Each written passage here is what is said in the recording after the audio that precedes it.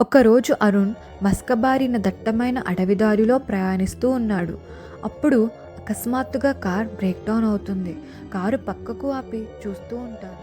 అరుణ్ తన కారును సరిచేయడానికి ప్రయత్నిస్తుండగా తనకి ఒక శబ్దం వినపడింది. అతను పైకి చూశాడు.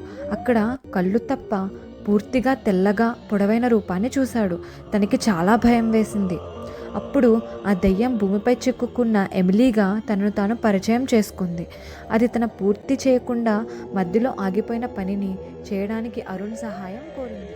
చాలా కాలంగా తన కూతురు కోల్పోయిన లాకెట్ను తనకు అందజేయమని వేడుకుంది. ఆ లాకెట్ చూడడానికి చాలా అందంగా ప్రకాశిస్తుంది. అరుణ్ ఎమిలీకి సహాయం చేయడానికి అంగీకరించాడు. ఎమిలీ అరుణ్కి మార్గం చూపిస్తూ ప్రయాణాన్ని ప్రారంభించారు. దారిలో అరుణ్కి పౌర్ణమి కింద శిథిలావస్థలో ఉన్న భవనాలతో కూడిన సుందరమైన గ్రామం కనిపిస్తుంది.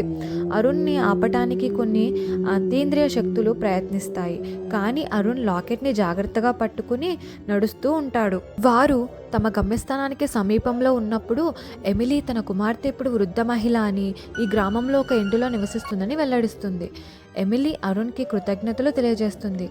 దాని ఆధ్యాత్మిక శక్తి క్షీణించడంతో దాని రూపం మెరుస్తూ కనిపిస్తుంది. అరుణ్ వృద్ధ మహిళకు లాకెట్ను అందజేస్తాడు.